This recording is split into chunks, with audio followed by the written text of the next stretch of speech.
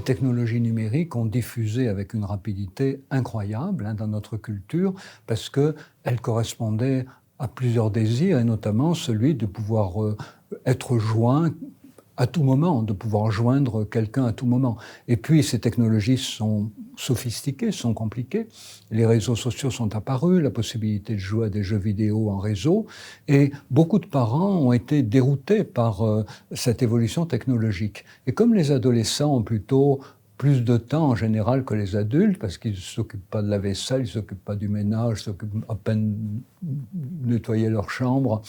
Et puis quand même, il n'aurait pas demandé énormément de choses dans les premières années de la scolarité. Donc du coup, les adolescents ont pris beaucoup d'avance sur les adultes, ou tout au moins les adultes l'ont cru. Parce que comme les adolescents étaient beaucoup sur leurs outils numériques, beaucoup d'adultes se sont dit, eh ben, ils sont nés avec, et donc ils savent les utiliser. C'était le mythe des digital natives, nés avec les technologies digitales. Il y a eu des études qui ont montré que c'était complètement idiot. Et on sait aujourd'hui qu'il y a des jeunes qui sont très occupés avec leurs outils numériques. Mais ils y font toujours la même chose, ils tournent en rond, leur activité est constamment répétitive, ils perdent leur temps, ils ont l'impression que leur vie est toujours remplie, alors qu'en fait, ils n'ont au bout du compte affaire qu'à du vide. Et donc, c'est d'abord très important que les parents comprennent que ce n'est pas parce que leur ado est tout le temps sur leurs outils digitaux qu'ils savent s'en servir. Ils ont besoin qu'on leur explique des choses.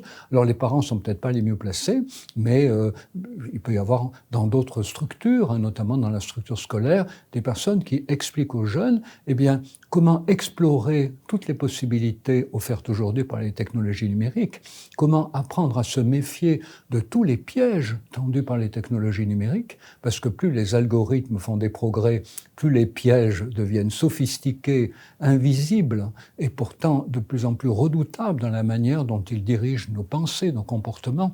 Donc expliquer les bons usages, expliquer les risques, et puis permettre aux jeunes de développer enfin une culture numérique qui leur permette de faire face aux difficultés de demain, puisque on commence à parler de l'intelligence artificielle. Il faut comprendre que l'intelligence artificielle, c'est la réussite la plus extraordinaire du numérique, et ceux qui n'arrivent pas aujourd'hui à gérer le numérique auront beaucoup de difficultés à gérer demain l'intelligence artificielle.